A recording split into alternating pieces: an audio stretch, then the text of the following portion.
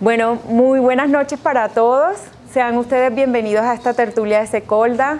Sabemos que es difícil aquí en Bogotá llegar a todas partes y pues obviamente por eso agradecemos que ustedes hayan hecho ese esfuerzo. En Bogotá siempre dicen que cuando uno ya sale 2 horas antes ya va tarde, pero espero que valga la pena y seguramente que sí, porque contamos con 2 expertos realmente versados en las materias sobre las cuales van a hablar. Ya el doctor Juan Carlos Martínez nos va a hacer una presentación detallada de cada uno de ellos. Yo simplemente quiero aprovechar esta oportunidad también para dar los agradecimientos a la Universidad Sergio Arboleda, que en esta ocasión nos ha brindado un salón para estar aquí y pues por supuesto por esta hospitalidad. Y un agradecimiento a la Universidad Militar Nueva Granada, que gracias a ellos es que están aquí los 2 profesores que nos van a acompañar el día de hoy. A Juan Carlos Martínez, que es miembro de Secolda y además también miembro de la Junta Directiva, que tuvo la iniciativa de esta tertulia y que pues hizo también todo el esfuerzo para coordinar logísticamente la agenda de los profesores para que pudieran acompañarnos. Entonces, Juan Carlos, el escenario es todo tuyo y bienvenido. Muchas gracias. Yo quiero contarles que además Carolina Romero es nuestra presidenta, la presidenta del Centro Colombiano de Derecho de Autor, que es quien hoy nos recibe. Y de antemano, pues primero darle las gracias a José Manuel Magaña Rufino, que ha aceptado la invitación por estar aquí en esta ocasión, y también la bienvenida a Philip. Philip, your visit in Colombia is so happy for us, and I hope that you enjoy this trip.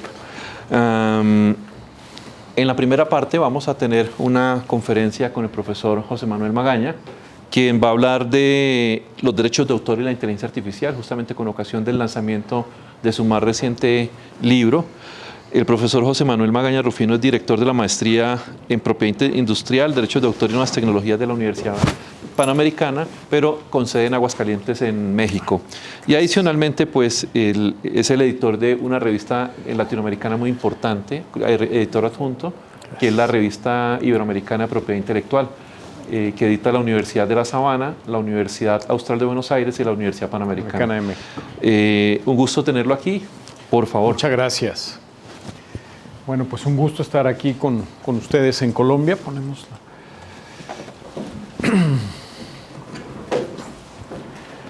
Tú le vas...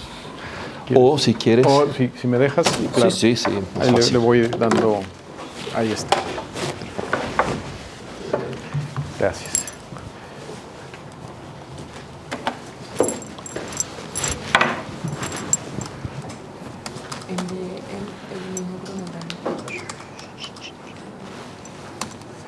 Bueno, pues vamos a empezar con el tema de inteligencia artificial y derechos de autor.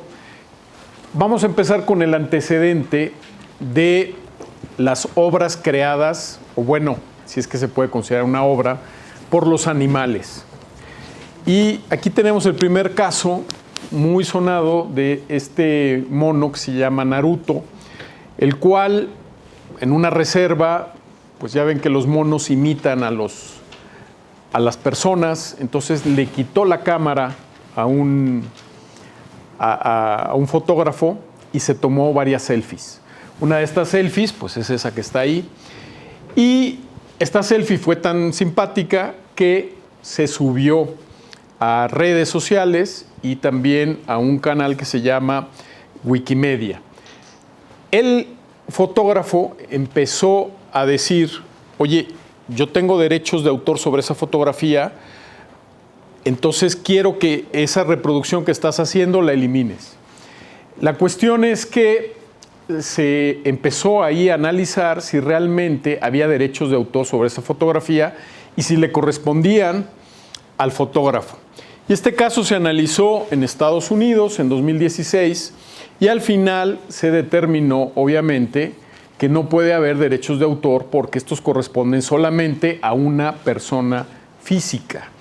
Entonces, la obra que crea un animal pasa al dominio público y el dueño del animal pues será propietario del soporte material, pero no habrá derechos de autor.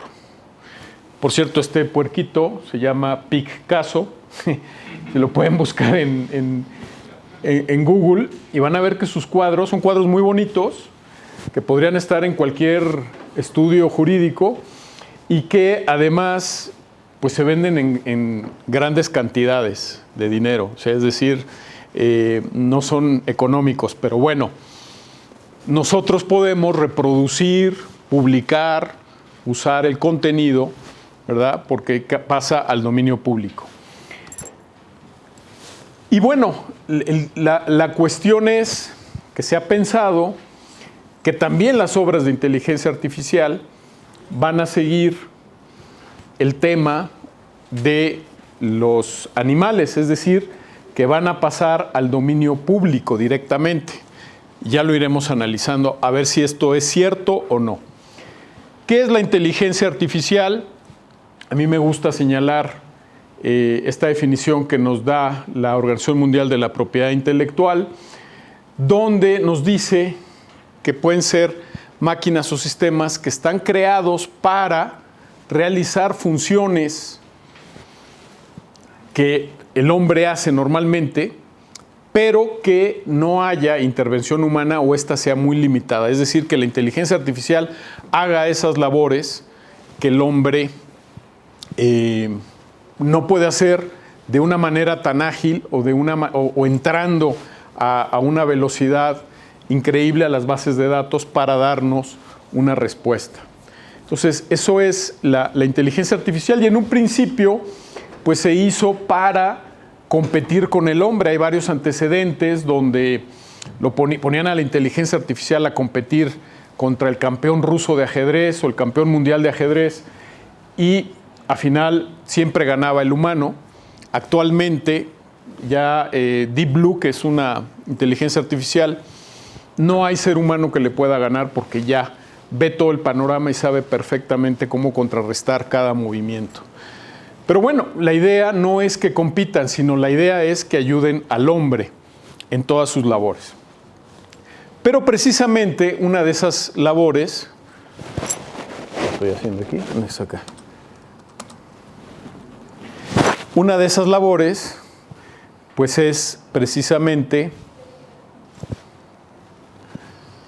crear o pedirle que haga obras, o que haga dibujos, o que haga imágenes. Esta es la primera imagen creada por una inteligencia artificial en el año 2015 sin intervención humana, ¿verdad? Simplemente la inteligencia artificial entrando al contenido al que tenía acceso y siguiendo las instrucciones de un humano, crea esta obra y de inmediato se empieza a pensar en ese año, ¿habrá algún derecho de autor? ¿Ese derecho de autor será para el programador? O, como el caso de los animales, pasará al dominio público, al no haber un autor persona física, al ser una máquina la que está haciendo esta obra. Y también se empieza a pensar si realmente la inteligencia artificial puede crear algo diferente a lo programado. Es decir, si la inteligencia artificial se programa de una manera, si puede ir aprendiendo. Y el resultado es que sí, puede ir aprendiendo. Inclusive se ha encontrado que hay inteligencia artificial que está programada, por ejemplo, para hacer dibujos y que al entrar a las bases de datos aprende idiomas y de repente ya puede traducir finlandés sin saber nada de finlandés, o sin estar programada para aprender idiomas.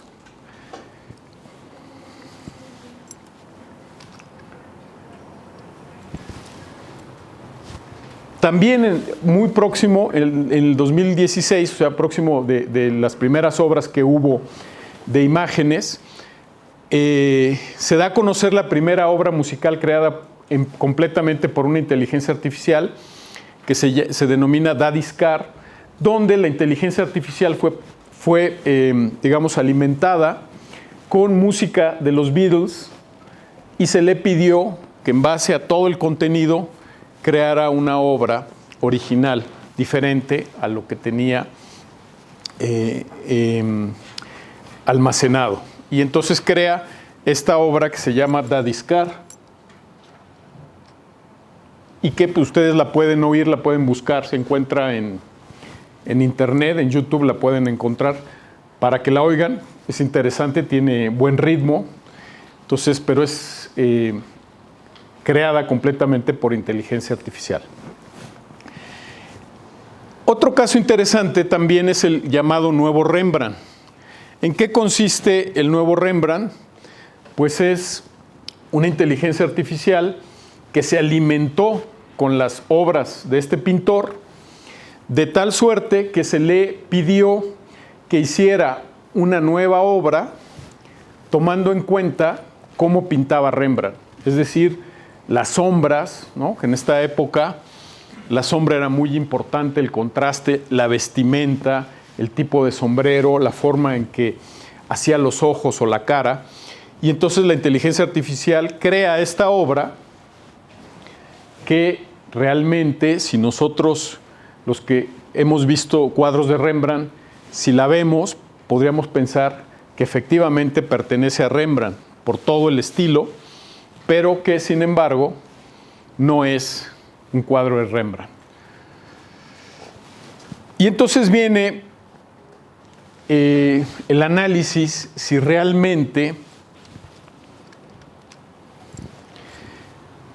la inteligencia artificial puede crear obras y si esas obras son sujetas de derechos de autor, ¿no? Entonces, para analizar esto, pues hay que entrar por lo que se puede entender por una obra y por autor.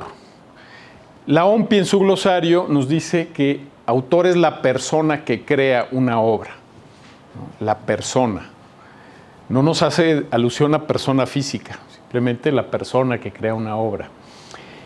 Y OMPI nos señala que es una creación obra cuya finalidad es apelar al sentido estético de la persona que la contempla, aunque en nuestras legislaciones pues no se requiere necesariamente que sea estética para ser considerada como una obra, ¿no?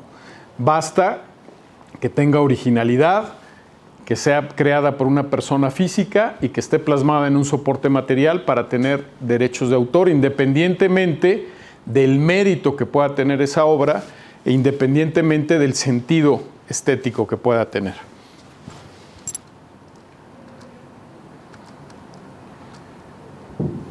Y así tenemos, por ejemplo, que tanto en México como en la Comunidad Andina de Naciones nos van a definir autor, es la persona física, expresamente lo señala la Ley del Derecho de Autor mexicana, y en la Comunidad Andina la decisión 351, en su artículo 3 también nos dice, autor es la persona física que crea, que realiza la creación intelectual, persona física. Entonces ahí estamos hablando que en nuestras legislaciones la inteligencia artificial no puede ser considerada como un autor, ¿sí?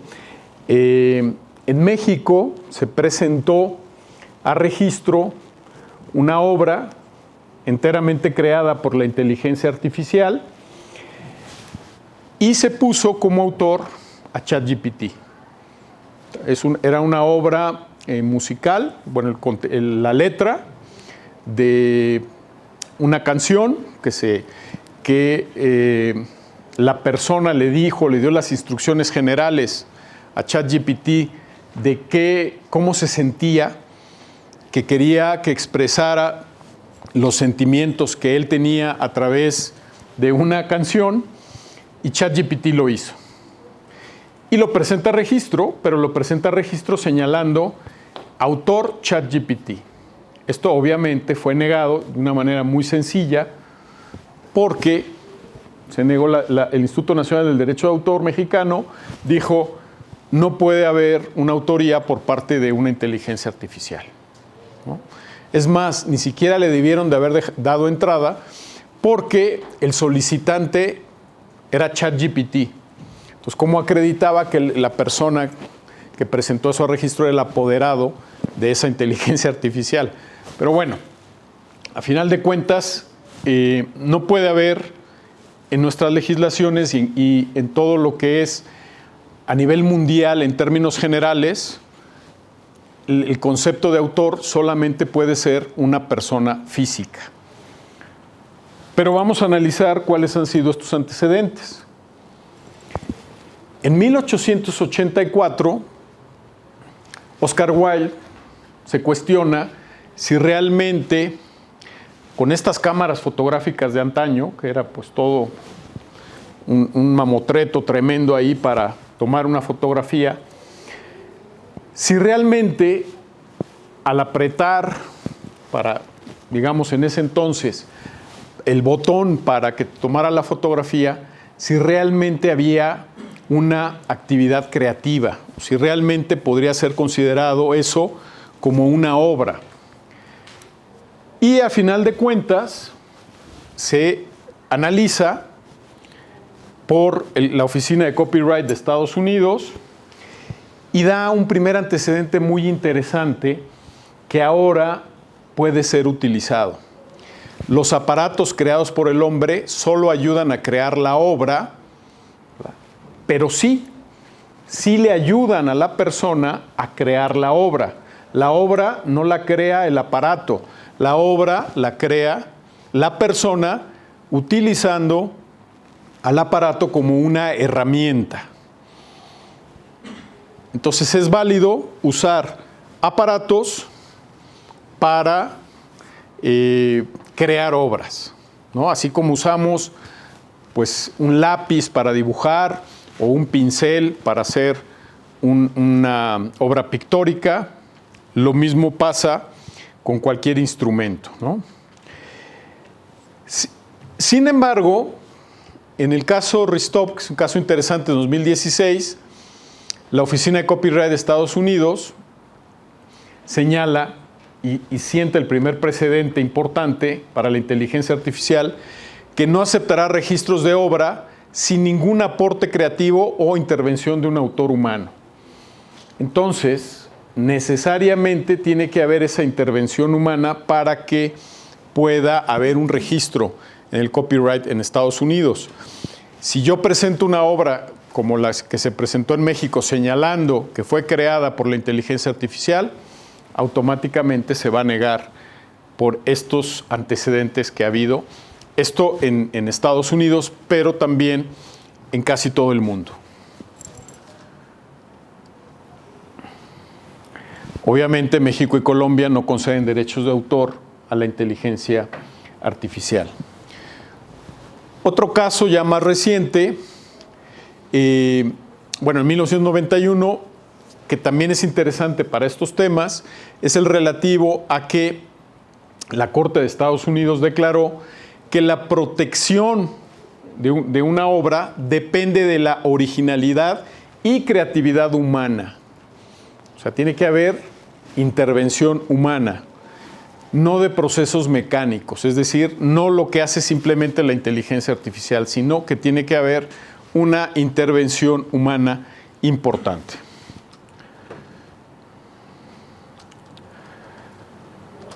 Otros antecedentes, el Tribunal Europeo también en 2009 nos dice que necesariamente una creación intelectual tiene que existir un autor humano.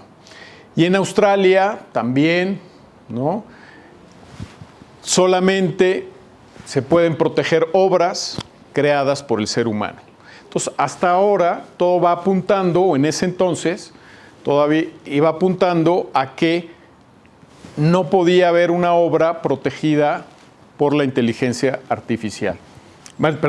Creada por la inteligencia artificial. Sin embargo,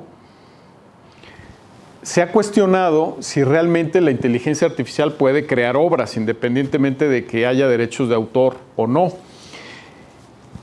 Y en la única legislación que reconoce esto es la Ley Británica de Derechos de Autor, Diseños y Patentes, que aplica a varios países, que en su artículo 178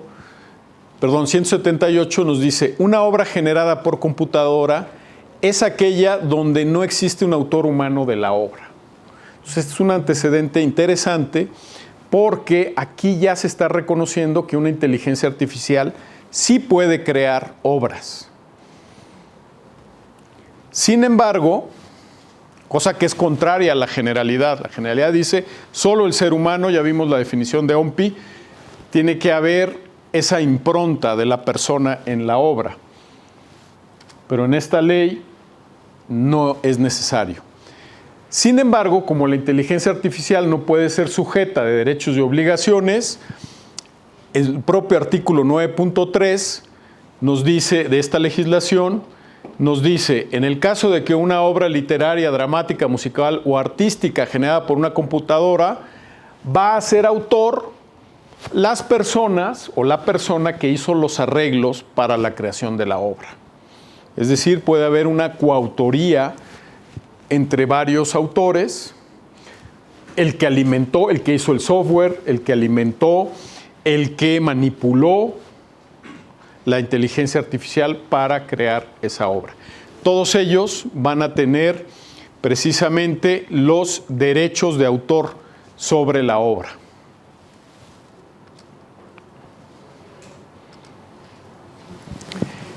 Y aquí, pues obviamente, como hemos visto, y se considera que las obras creadas por inteligencia artificial a nivel mundial, en términos generales, no otorgan derechos de autor.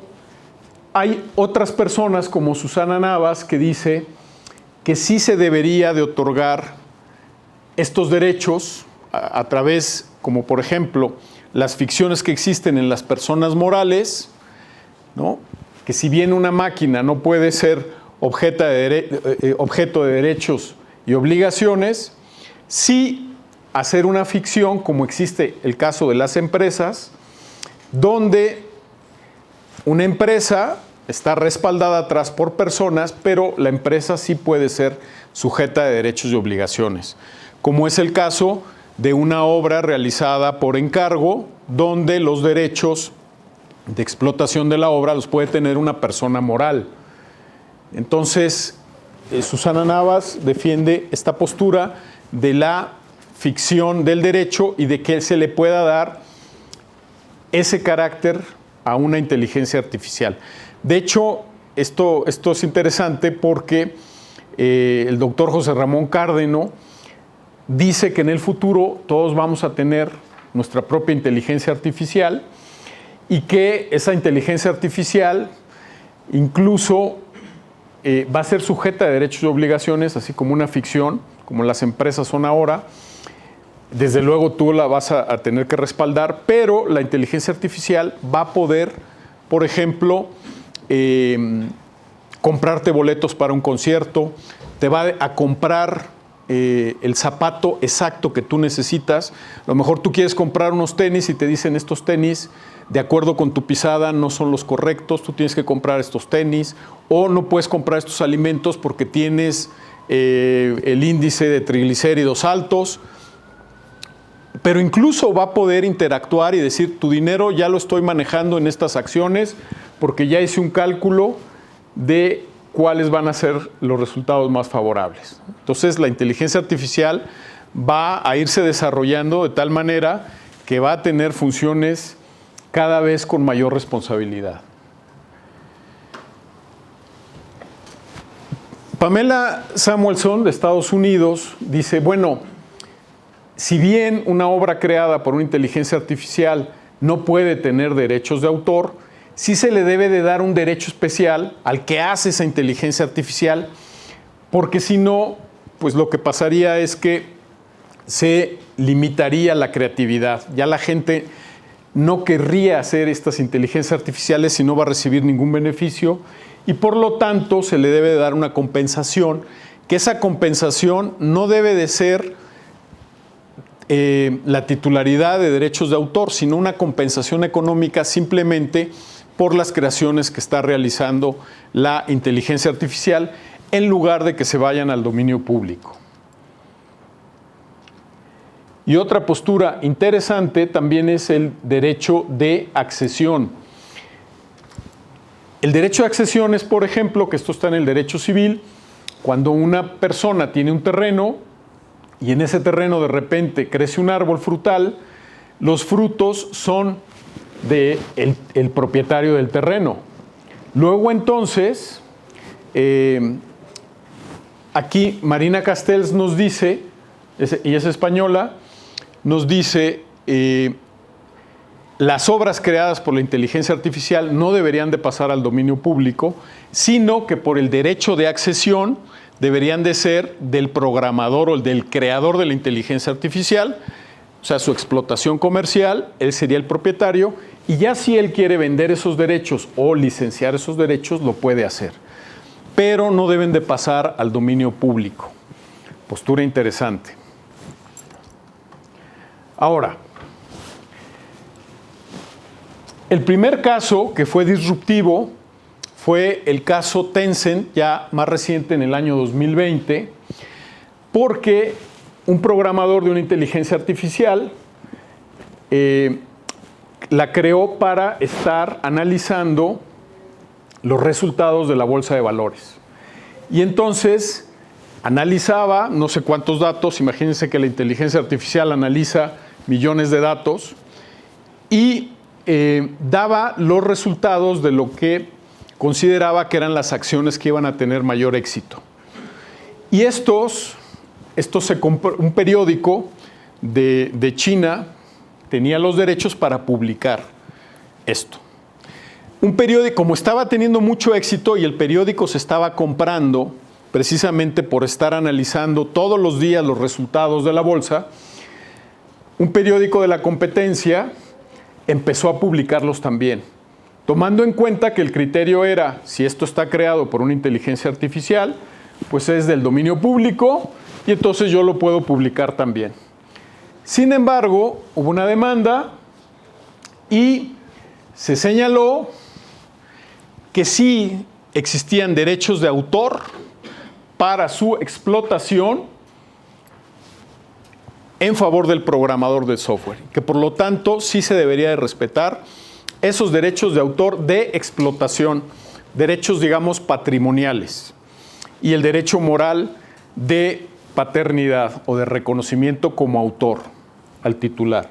Y que por lo tanto el periódico de la competencia no podría estar publicando esos resultados creados por la inteligencia artificial. Es decir, ya no consideraba a estos resultados como algo del dominio público, sino que ya se estaba otorgando derechos al programador.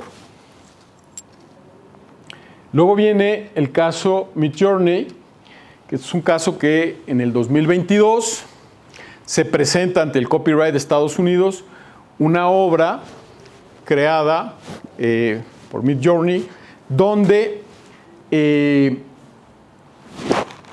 la obra se llama, el cómic se llama Sarja of the Dawn, y esta creación, ella la presenta al copyright de Estados Unidos en el 2022, señalando que ella era la autora de todo lo que era la historieta, pero que los dibujos habían sido creados por la inteligencia artificial. Entonces se le otorgó una protección, se aceptó y se otorgó protección el copyright de Estados Unidos exclusivamente para el contenido literario, no para los dibujos. Porque la creadora públicamente dijo que ella había creado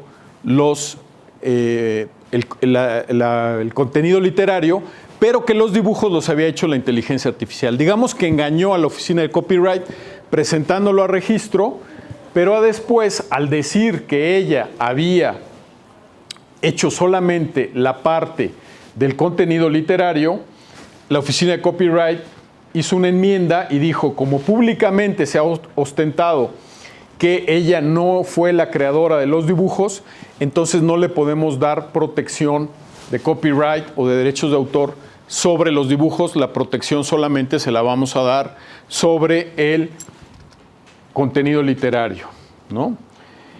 Y obviamente, pues el argumento fue que no se podía dar protección a una obra que no fuera creada por un ser humano. Y otro caso donde empieza a ser ya completamente a cambiar la concepción de que las obras de la inteligencia artificial no puede ser considerada como un instrumento para que el hombre lo utilice y pueda crear obras, es en China, precisamente, en el año 2024, en el caso Li contra Liu, donde el tribunal de China, estas imágenes fueron creadas por inteligencia artificial, pero la persona que utilizó la inteligencia artificial señaló que tuvo un aporte creativo importante, en el sentido de que se señalaban instrucciones tanto positivas como negativas en un gran número para crear la obra. Es decir, no es lo mismo que yo le diga a la inteligencia artificial, oye, hazme una montaña, a que yo le diga, quiero una montaña que tenga 3 picos, que no sé, el tercer pico no sea muy alto, que de ahí salga un águila, que tal, y entonces voy dándole muchas instrucciones, tanto positivas de lo que quiero, como negativas de lo que yo no quiero. Y a final de cuentas, en este caso, en 2024, también el Tribunal de China señaló que sí existía, al dar toda esa información de prompts o instrucciones positivas y negativas, consideraba que sí había una creatividad humana y que ahí la inteligencia artificial había servido como una herramienta a la persona para crear la obra. Que esto es lo más importante, ¿no? Y el año pasado, a finales del año pasado, la resolución fue de enero de 2025, ya por fin el copyright de Estados Unidos abre el registro a través de esta obra, A Single Piece of American Cheese, ¿no? Que considera ya por primera vez, y nos abre un precedente muy importante, que sí puede haber protección de obras creadas por inteligencia artificial siempre y cuando sea utilizada por el hombre como un instrumento de su creatividad. Es decir, las instrucciones que yo le dé, que realmente, y eso fue el resultado de este registro, que realmente se pueda ver o dé el resultado de que hubo creatividad humana y que simplemente la inteligencia artificial fue ayudando o sirviendo como herramienta para crear esa obra. Es decir, la obra no es creada por la inteligencia artificial, sino la inteligencia artificial sirve como herramienta a la persona, como puede servir el Word o el Excel a una persona para hacer cálculos. Pues lo mismo, la inteligencia artificial está sirviendo como una herramienta para crear una obra. Y entonces, este precedente es muy importante porque seguramente a partir de esto se van a empezar a presentar registros donde el titular de los derechos de autor, desde luego, va a ser una persona física o una empresa en un momento dado de los derechos patrimoniales, pero se va a determinar el aporte creativo, se va a tener que demostrar el aporte creativo en la obtención de esa obra por la persona que manipula la inteligencia artificial. Digamos que en resumen,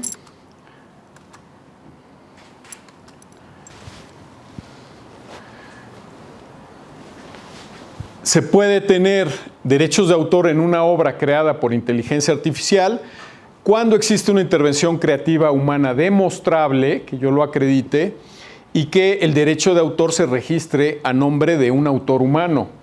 Yo no puedo presentarlo, como el caso que les contaba de México, a nombre de una inteligencia artificial.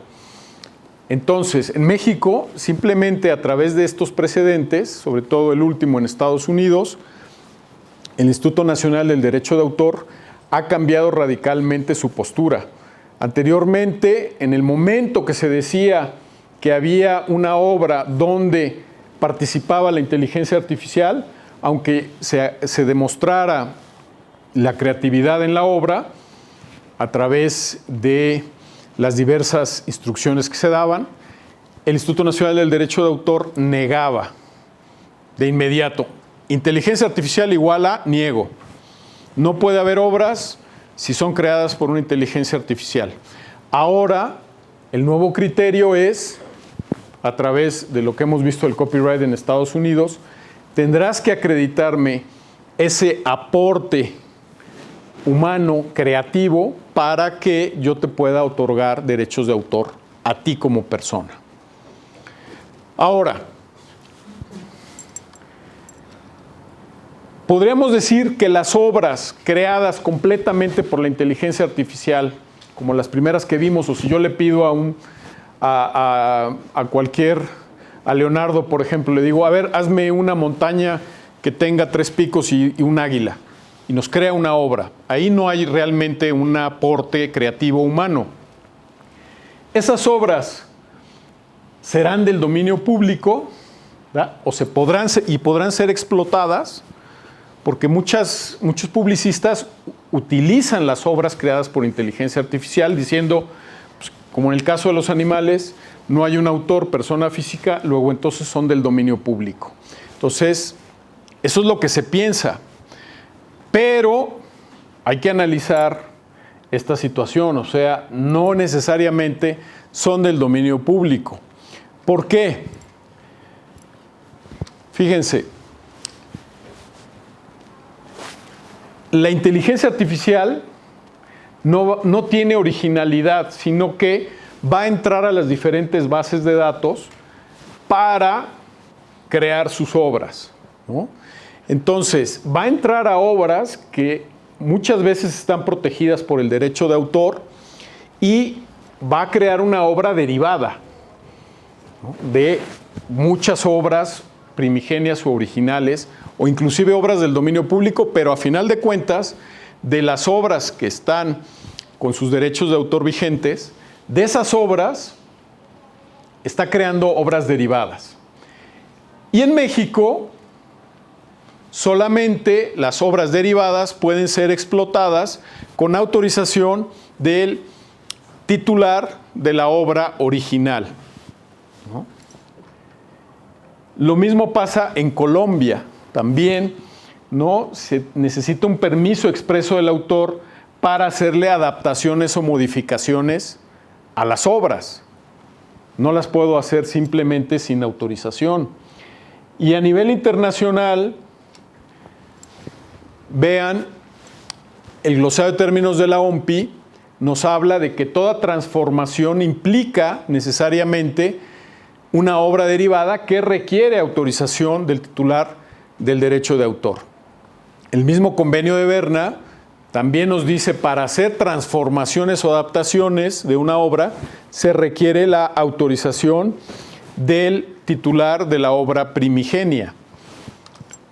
Luego, entonces, como conclusión, se requiere autorización de los titulares de la obra primigenia para que yo pueda explotar comercialmente una obra creada por la inteligencia artificial. No como herramienta, sino que crea directamente la inteligencia artificial. Muchas veces la gran pregunta, mucha gente me dice, oye, fíjate que tengo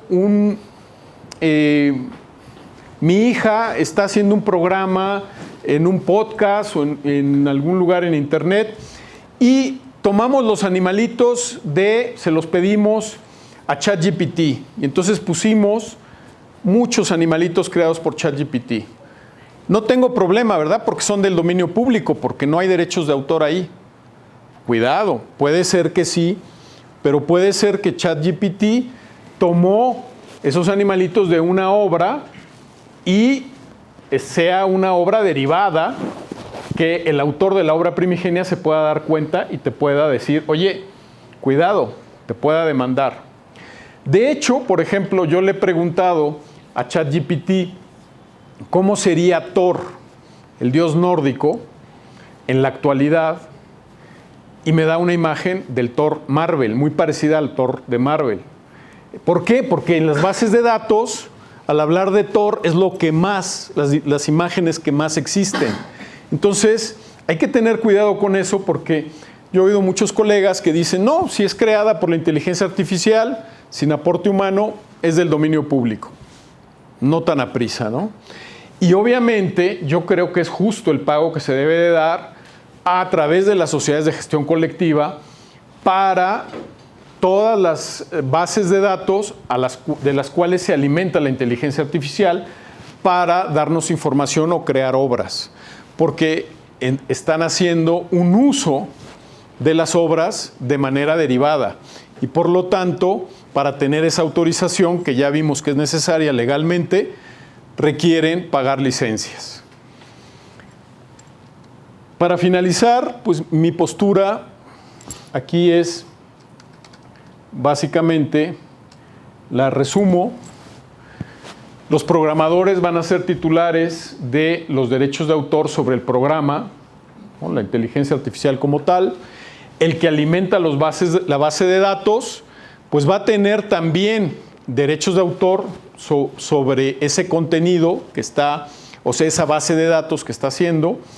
La obra final de la persona física que tiene licencia y que manipula o instruye con aporte creativo a la inteligencia artificial, es decir, como el caso que hemos visto de Invoke en Estados Unidos o del Tribunal de China, que tenga aporte creativo humano y entonces en ese sentido puede tener derechos de autor sobre su obra.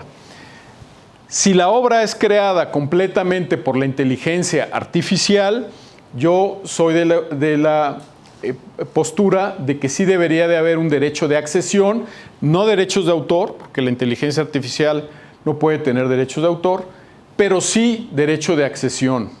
Y en todo caso, tener cuidado porque puede ser una obra derivada que esté protegida o que sea muy similar a una obra original. Y pues también que necesariamente debe de existir un pago por justicia, porque la inteligencia artificial no crea, sino que toma de las bases de datos, de fotografías, de obras literarias, de obras musicales, de obras pictóricas, etc. Entonces tiene que haber un pago a las sociedades de gestión colectiva de los lugares a donde el algoritmo toma su información. Y bueno, pues aquí les dejo mi correo y quedo a sus órdenes para cualquier comentario o duda. Gracias. Muchas gracias. Muchas gracias, profesor José Manuel Magaña. Gracias. Yo quisiera ofrecer un espacio para que el público pudiera formular alguna pregunta. ¿En qué grado, o sea, cuál sería el grado de creatividad para que sea un aporte, un prompt? Pues mira, realmente va a ser en el número de instrucciones y de cómo fuiste manipulando esta inteligencia artificial para ir moldeando la obra. Es decir, si tú le dices siguiendo con el ejemplo que poníamos de la montaña, oye, hazme una montaña de 3 picos que salga un águila, pues obviamente ahí no va a haber un aporte creativo.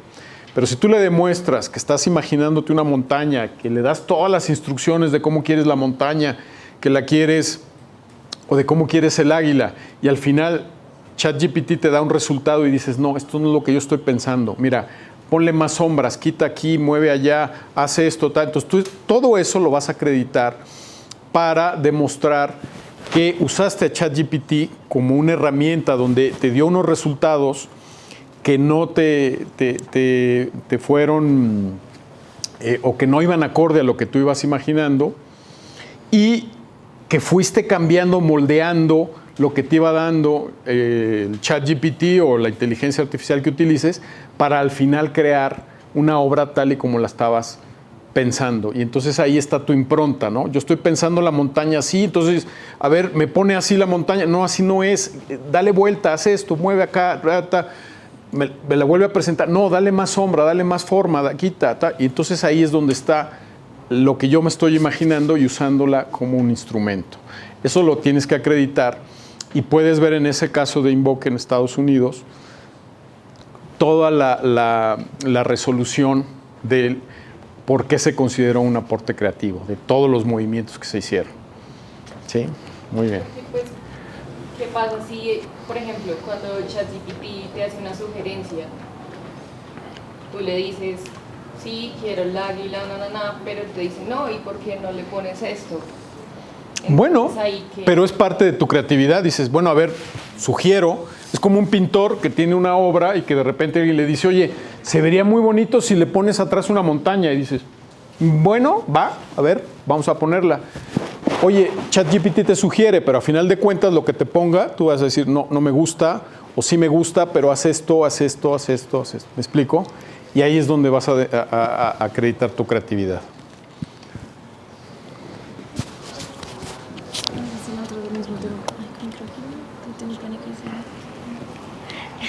Buenas noches. Mi pregunta va sobre el tema de las licencias. Me parece que es una solución viable frente a este tema, pero ¿cómo se maneja realmente esa negociación con pues, los propios desarrolladores de la inteligencia artificial, sobre todo cuando es generativa, ¿no?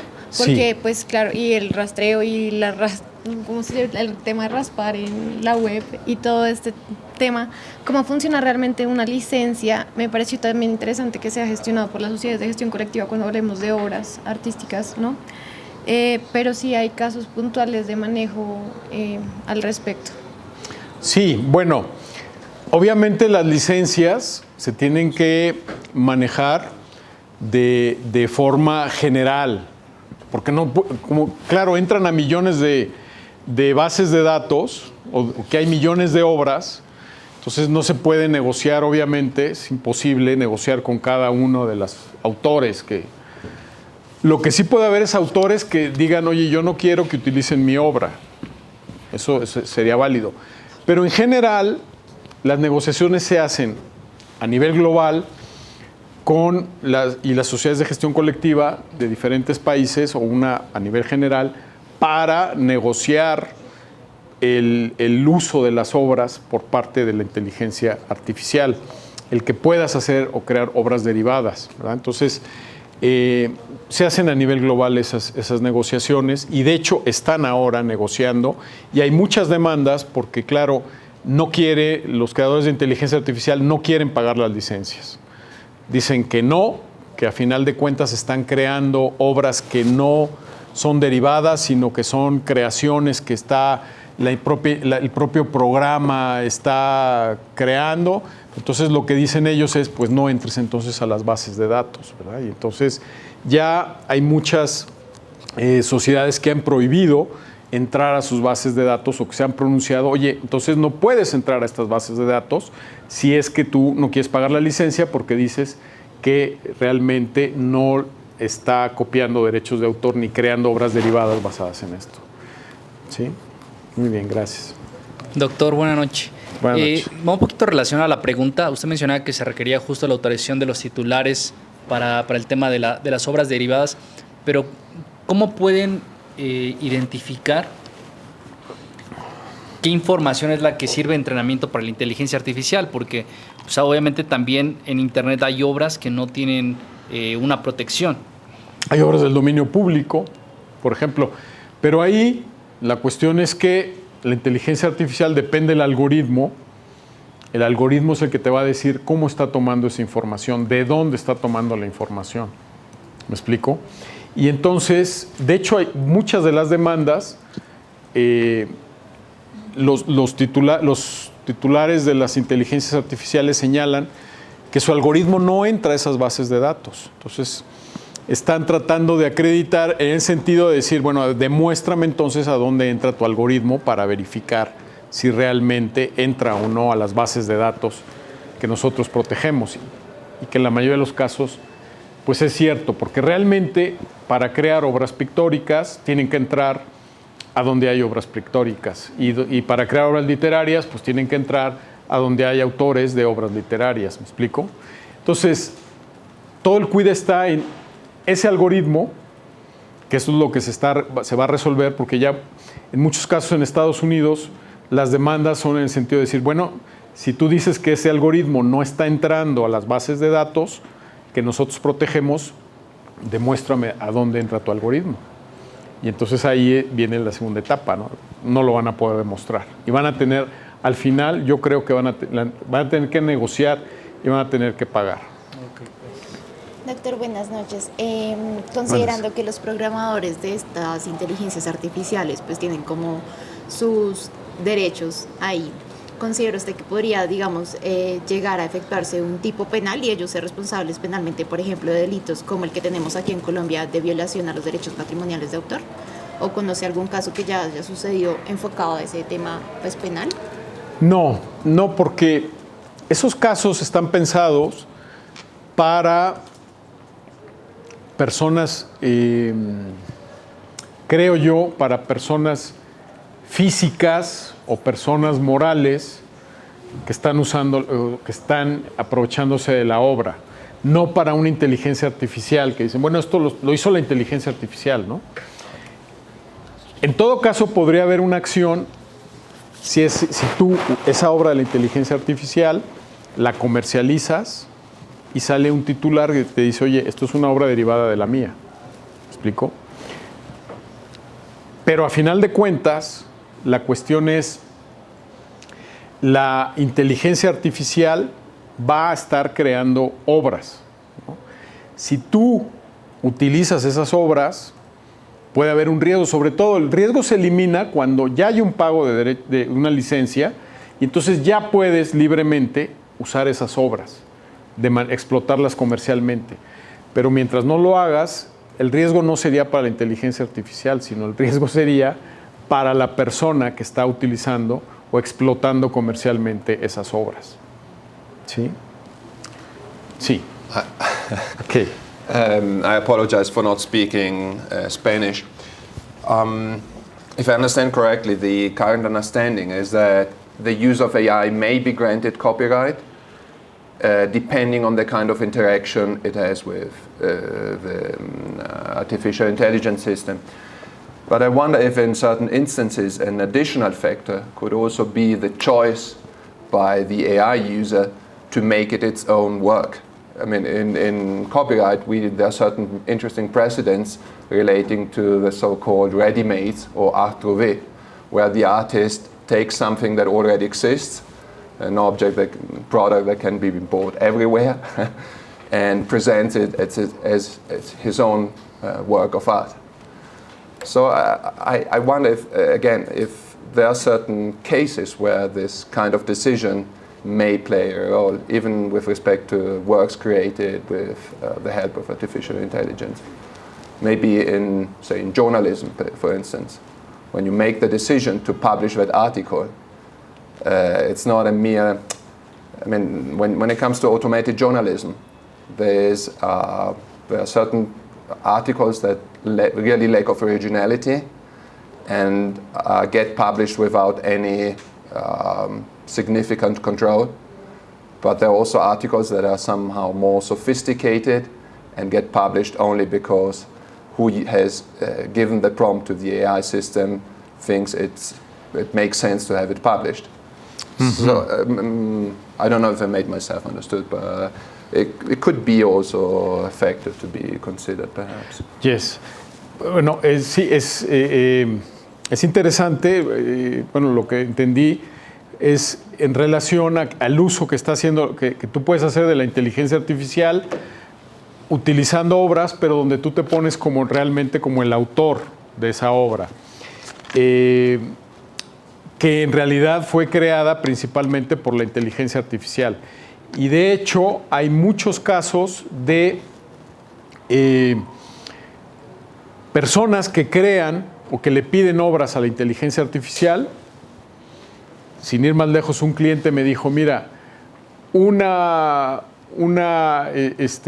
imagen de un programa de computación de una empresa muy importante, yo la creé con inteligencia artificial, pero yo la registré con derechos de autor señalando que era mía, cuando en realidad la creó la inteligencia artificial. Y yo tengo el registro de derechos de autor. Yo nunca señalé que lo había creado la inteligencia artificial. Digo, claro, ahí el riesgo es el riesgo es que sea una obra. Yes, el copyright. El riesgo es, al hacer un artículo que tú estás copiando y que estás mejorando con la inteligencia artificial, el riesgo es el titular original te pueda demandar por ser una obra derivada. Y tú no puedes decir, es que esto lo hizo la inteligencia artificial, porque al final de cuentas la inteligencia artificial no es sujeta a derechos y obligaciones, y tú eres el que estás haciendo la explotación de ese artículo.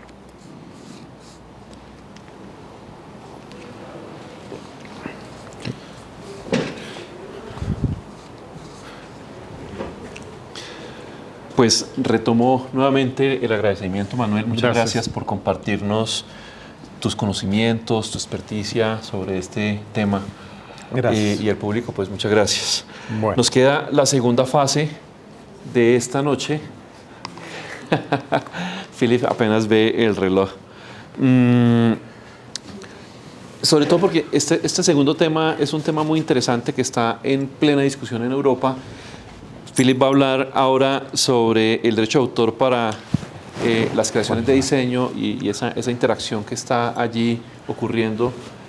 Y bueno, la única cuestión es que pues Philip hará la conversación, la charla entre italiano y español e inglés, en inglés. Italiano e inglés. Italiano e inglés. Entonces, y esta es un poco más corta también, nos decía Philip. Así que, porfa, no se vayan durante la conferencia. Philip, we have a little dinner. 20 minutes is okay? No. During the conference. Okay. So, Welcome for you. Okay.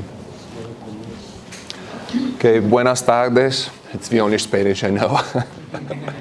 And I must apologize for that, but I don't speak a very good English either, so it should not be too difficult to follow.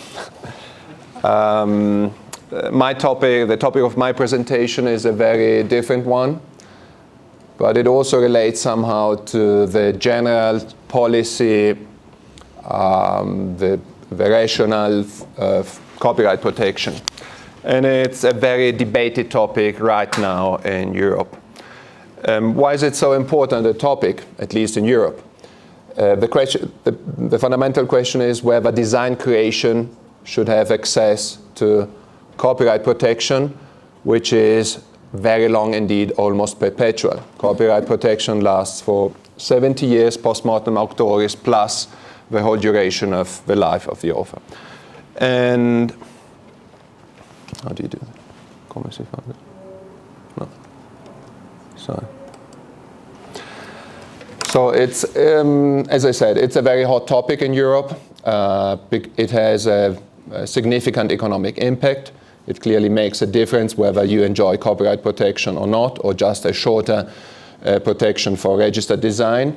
It also has an impact on the single market objective in Europe.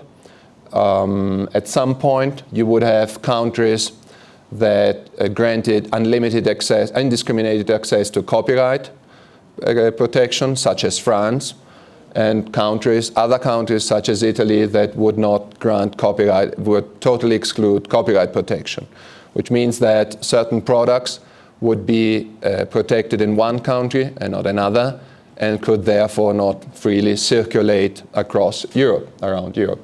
And foremost example of the situation was the so-called Le Corbusier chair, which was first marketed in 1928 and had two authors, Le Corbusier and his young pupil Perriand, who died in 1991, which means that copyright protection, where copyright protection is actually granted, will last till 2069, something like 141 years altogether, which is indeed very long.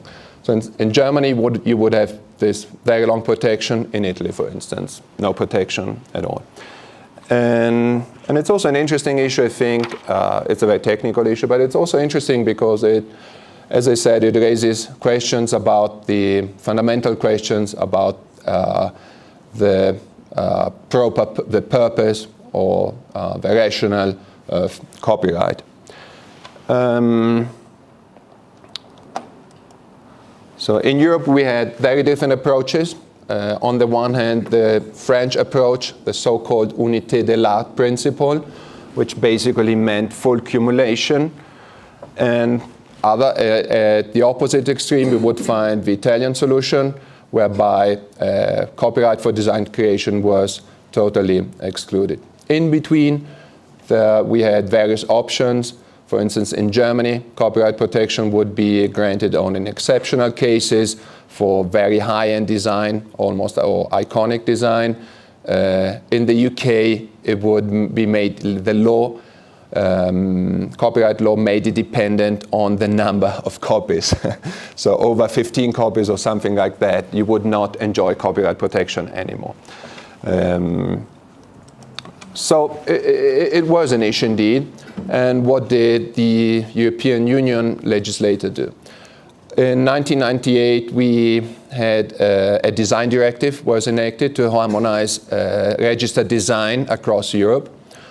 And in 2001, a community design regulation was enacted to create a European-wide registered right for registered designs.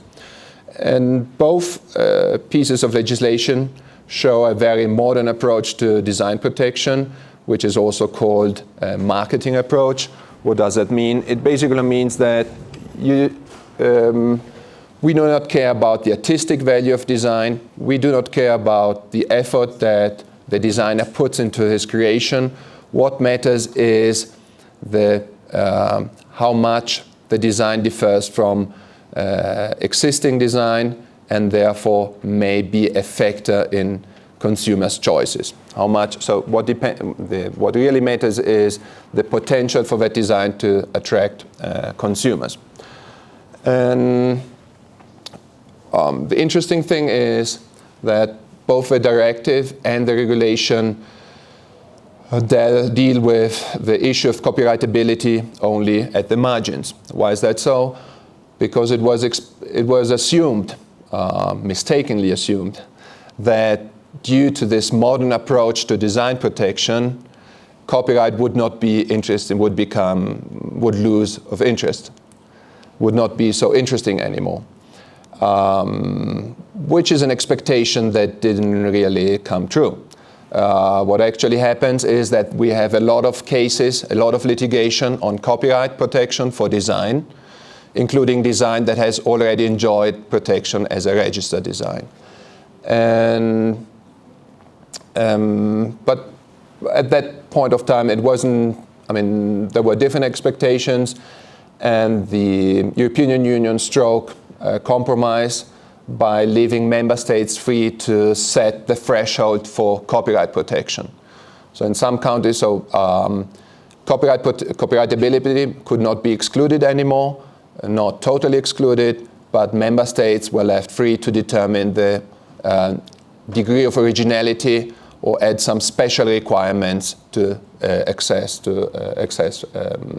copyright protection. So we, as a consequence, member states adopted different approaches to translate the directive into national law. In France, they kept the full cumulation principle.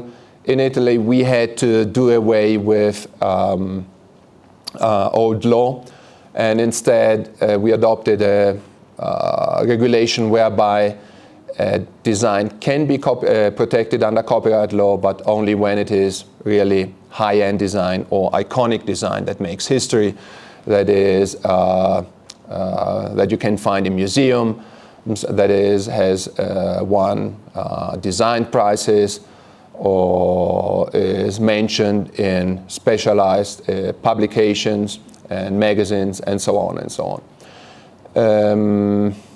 So again, notwithstanding the direction, we have again been confronted with varying solutions whereby more or less copyright was granted to design creations. And so the question came up, if there should be copyright protection at all, or what are the arguments against and in favor of copyright protection for design. And this is a point which I think is quite interesting, because it may come as a surprise, but the rationale for copyright protection and more in general for some legal protection for design has been little analyzed. That is, in Europe we take it for granted that there should be some sort of IP protection, which is a generally accepted solution. But there's little analysis of the economic dynamics of innovation in the field of design. So what I will do now is to briefly illustrate the arguments that speak against copyright protection in design creations. So first line of arguments against copyrightability has to do with the commonalities and differences between registered design law and copyright law.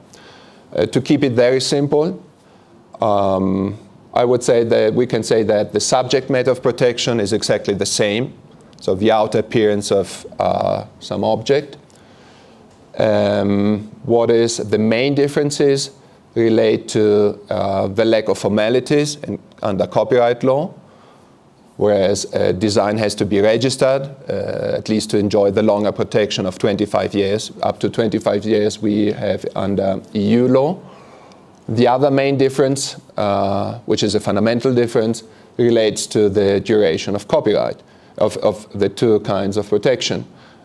Design protection in Europe can last up to 25 years, has to be renewed every 5 years, up to a maximum of 25, whereas copyright, as you may all know, is, well, some would say almost perpetual. So the whole life of the remaining lifespan of the author plus 70 years after his death. And I think it should be clear that, I mean, there are pros and cons for both kinds of protection, but I think it's quite clear that copyright protection brings much more advantages to the designer or the firm owning or the entity owning rights over that design, because it's so much longer and doesn't require any formalities. So there's a clear contradiction. Full access to copyright protection would clearly be in contradiction with the existence of a dedicated IP right for design, which doesn't mean that design where full copyright protection is granted, design law comes to an end. What happens in practice is that firms will first register, and once design protection has expired, and if a design is still successful, they may rely on copyright. What also happens is that firms may not consider registering their design because they don't think of it, because it implies some costs, legal costs, registration costs, and if there's some competitor picking up on their design, they may rely on copyright. But again, the fact that granting full access to copyright doesn't mean in practice that design law will disappear. But still, there's some fundamental contradiction in accepting this full coexistence. There's another line of arguments which I think is more interesting, because it relates to the dynamics of innovation in the field of industrial design.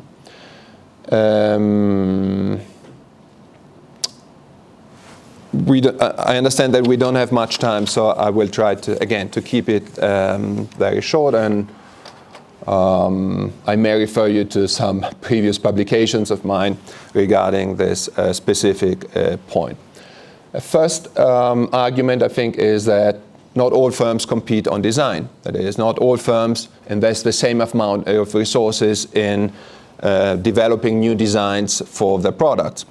Many firms rather prefer to rely on existing designs, design concepts that have already passed the market test and structured their business strategy around other competitive leverages. But nonetheless, even though these firms that do not rely too much on design innovation contribute to the overall economic system. And even these firms may meet a market demand, are likely to meet a market demand different from the one aimed at, for example, by a high-end fashion house. So, and which is, I think, a good argument for a quick passing of design into the public domain and not allowing for copyright protection. Another argument has to do with consumers, has more to do with consumer interests. Marketing people, sociologists, know that consumers tend to conservative choices when it comes to aesthetics. Let's think of fashion. Most of us want to have this opposing desires to belong to a larger group, to identify socially with a certain group, with a certain idea, with a certain social idea, but at the same time they want to be unique. And this is why consumers mostly tend to rather conservative choices. They are not so fearless as to embrace a totally new style. They will wait for that style to become the current style, become fashion. And which means that consumers will not run too many risks and may prefer design that is not too innovative. And this is also, I think, a good argument in favor of a quick passing of design into the public domain. I mean, you already have up to 25 years of protection under design law. Why add another, I don't know how many years to that if consumers could benefit from this quick passing into the public domain? And more generally, and this is another argument, is that a relatively short-term IP right can help the evolution of taste, the spreading of aesthetic innovation and the evolution of taste. Some may think that this is a frivolous interest or that it is somehow a secondary interest. But I think it is not. I mean, it is all of us want to live in an aesthetically pleasant environment, which is also socially recognized as such. And I once came across some article about IKEA, and it was IKEA who came up with a formula of democratic design. So, and this is also some sort of public interest that would be favored by a quick passing of design creations into the public domain. There's finally, so there's a number of arguments in here. I've listed just a few. There's also a third line of argument, or a third kind of argument. Copyright duration, the duration of copyright may vary. It's not only very long, but it is also dependent on the duration of the author's life, which means a varying duration. And can you imagine applying that to, say, patent law, where you mostly have a team of researchers? And would it make sense to make the duration of patent protection dependent on how long the longest living inventor has lived? And so the opposing view, favoring an unrestricted access to copyright protection, I think is very much based on a somewhat, I would say, somewhat outdated understanding of copyright, which is an understanding of copyright protection very much centered on the author's personality and economic interests. And so there's a number of arguments. So in conclusion, there's a number of arguments that I have tried to explore more in detail, to be honest, against copyrightability. What has happened in Europe so far? Last year, the European Union updated the design directive and made full cumulation somewhat compulsory. So member states are not free anymore to set additional special requirements for copyright protection. All member states have to allow for full cumulation with copyright protection when the requirements for copyright protections are actually met. The problem is now in Europe, when are the requirements for copyright protection met in the case of design creations? And what we have observed so far in Europe is a various understanding of how copyright requirements should be interpreted with respect to design creations.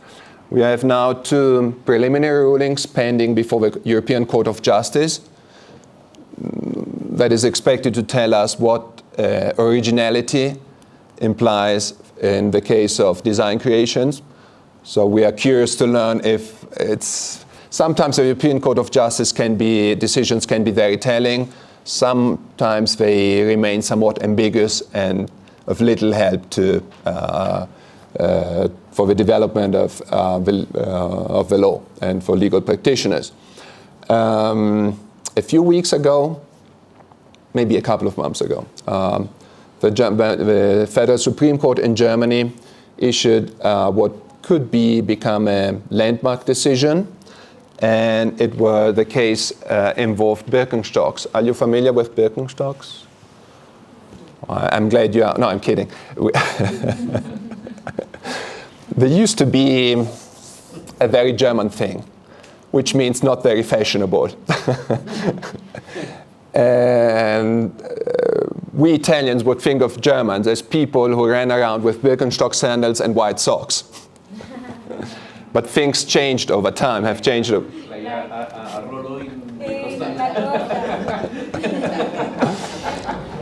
But you know, in fashion, it's always like that. At first, you may be surprised, you may not like it, you may make fun of people wearing this new stuff, but at some point it became very fashionable indeed. So it's a sort of alternative mass fashion from people who understand themselves as sophisticated people somehow, but at the same time a little bit alternative. So it has become a big market hit. And now that design protection has expired, and because design protection has expired very long ago, and there are so many imitations to be found on the market, Birkenstock producers are trying to rely on copyright protection. And the German Federal Supreme Court decided that they may not deserve copyright, and took position on the meaning of the requirements for copyright protection in the case of design creations. It's not very clear, unfortunately, what the German Supreme Court actually intended to say. So these are the exact words used by the German Supreme Court. One could think that German Supreme Court has elaborated on the meaning of work of art, stressing its being art, whatever it means. And at the same time, the German Supreme Court may have raised the threshold of originality. And this is apparently a way that has been followed by a number of other court of first and second instance across Europe, because there's this awareness that copyright protection might be too much in conflict with design protection. But it is not, this point is not dealt in a very explicit way, and as it often happens, courts tend to implicitly get to the same result of excluding copyright protection. So it's an open point, it's still very discussed, and I understand it's also late and we want to have dinner. And so if you're interested, I can send you my publications and suggest you more recent publications on this, recent developments. And it will be also the subject matter of a WIPO Congress in Turin late in May. And I don't know if you can follow online, maybe you can, so I can keep you updated. So thank you for your attention.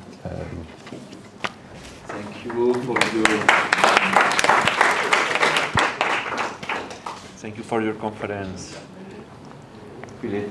And I think that it's possible 10 minutes for Athena questions. Yeah, sure. If you, I was afraid it would be too late, but.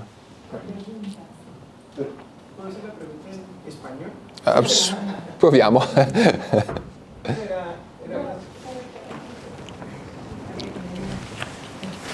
Era más bien un comentario con una anécdota de un caso colombiano para ver cómo lo ve usted. Efectivamente, nosotros en Colombia utilizamos la teoría italiana de la separabilidad. Ah, la vecchia teoría de la separabilità. Y los primeros fallos que llegaron acá al Consejo de Estado cuando se discutía situaciones como esta, lo que se miraba era si podía subsistir la obra separada del elemento útil en el que estaba incorporada.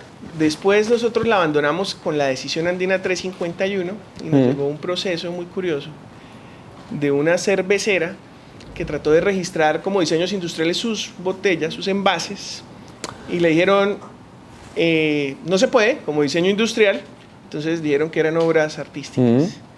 Y cuando hicieron el registro dijeron que las obras eran obras artísticas porque el color de las botellas emulaba nuestra naturaleza mixta, mezclada de diferentes culturas, y por eso eran marrones. Que la forma, digamos, cónica de la cerveza Águila tenía que ver con los cuerpos de nuestras mujeres, y bueno, y así hicieron la solicitud de registro para decir que era una obra artística, que había un mensaje en la obra. Eso llegó al Consejo de Estado, y cuando estaba litigando allá en los testimonios, le preguntamos a los que hicieron las botellas, bueno, ¿por qué la botella tiene ese diámetro? No, porque necesitamos meter 30 en una caja. ¿Y por qué tienen esa altura? Porque pues las cajas tienen que apilarse. Ajá. ¿Y por qué tienen ese color? Porque si no se daña el lúpulo, ¿sí? Bueno, y al final el Consejo de Estado llegó a una conclusión muy similar. Eso es un caso viejo de nosotros, y dijo, para que una obra esté protegida por el derecho de autor, una obra de arte aplicada, pues primero tiene que ser una obra de arte, y esto pues no es una obra de arte, y lo que nos demuestra es que es una obra de arte es que todas las decisiones que se tomaron para su creación estuvieron marcadas por funcionalidades. ¿Sí? Bueno, y ese es como el caso que teníamos nosotros. Es un caso que acá se litigó casi por 15 años, doctora Carolina, entre la Dirección Nacional de Derecho de Autor y la cervecera. Pasaron varios directores de derecho de autor. Tal cual, y varias personas litigándolo. Pero bueno, ese es el caso, se lo quería comentar. Ma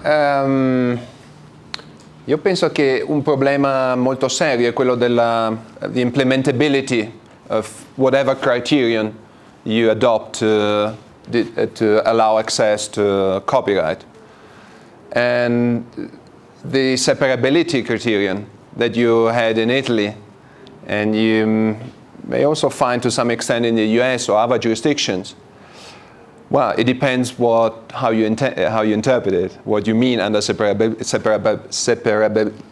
non ci riesco a dirlo, separabilità. Dipende da che cosa intendi, no, per separabilità. In Italia non si diceva separabilità, era la scindibilità.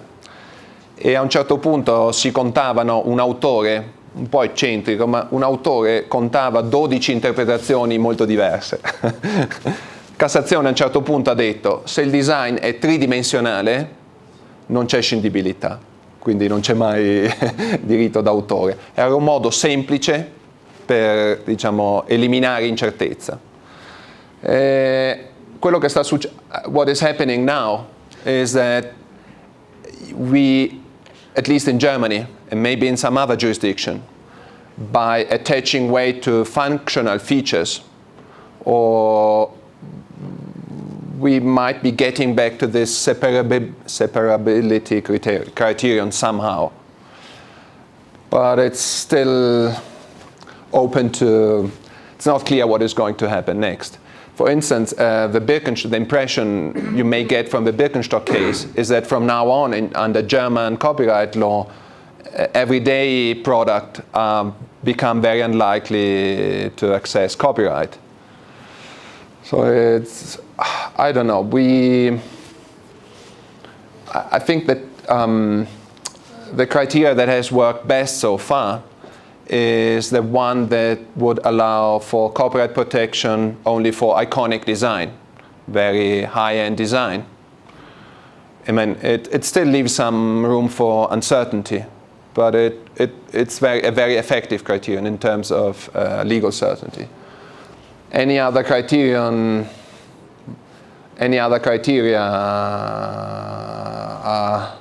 are subject to discretion, to a lot of discretion when you apply them.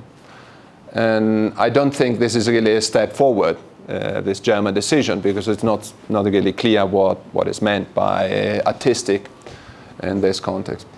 So I'm not sure separability is the best way to go. Because you can have, under European design law, functionality might be a ground for exclusion of protection, as you mentioned before, also under Colombian law, Andean, Comunidad Andina law. But it has to be really functional, so clearly functional. But the mere fact that there are some functional features doesn't mean that the design as a whole cannot enjoy protection. But this is apparently the case with in these decisions, this kind of decision. So I may sound a little bit confused, and in fact I am confused, but also the overall situation in Europe right now is a little bit confused. So maybe the Court of Justice will bring some clarity, but we are not too optimistic. Gracias, Philip. No sé, ¿hay alguna otra pregunta?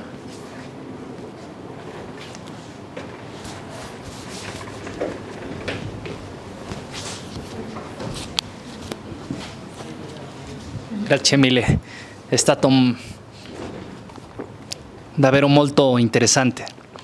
When you talk about the 3D printing in this context, in relation with the fast fashion, do you think it's enough the actual regulation in European Union to protect the designers? Well, you are raising 2 points, I think. Okay. One is European design law intended to protect designers? Not so much, I would say. So European design law is mainly intended to protect firms that invest in innovative design. Designers as such, if they're independent designers, may get a design protection. But in most cases, they work on a contractual basis for firms. So they're not independent, they do not work as independent designers. So design protection doesn't come to their benefit.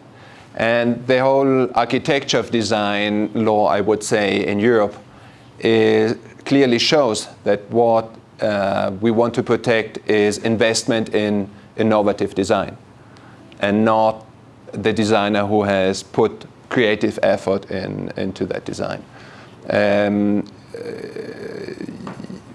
Even moral rights are very limited, and you are not even under an obligation to mention the designer in the design application for registration. Or you do not have to mention, if you want to mention the designer, you don't have to mention the individual. You may also mention an entity or an association of designers, a professional entity whose workers, designers, have developed that design.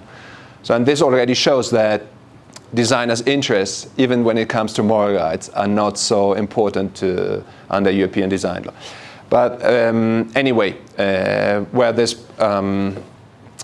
when it comes to 3D printing, there are some recent amendments to the design directive and the design regulation in order to protect against this kind of the risk of quick imitations.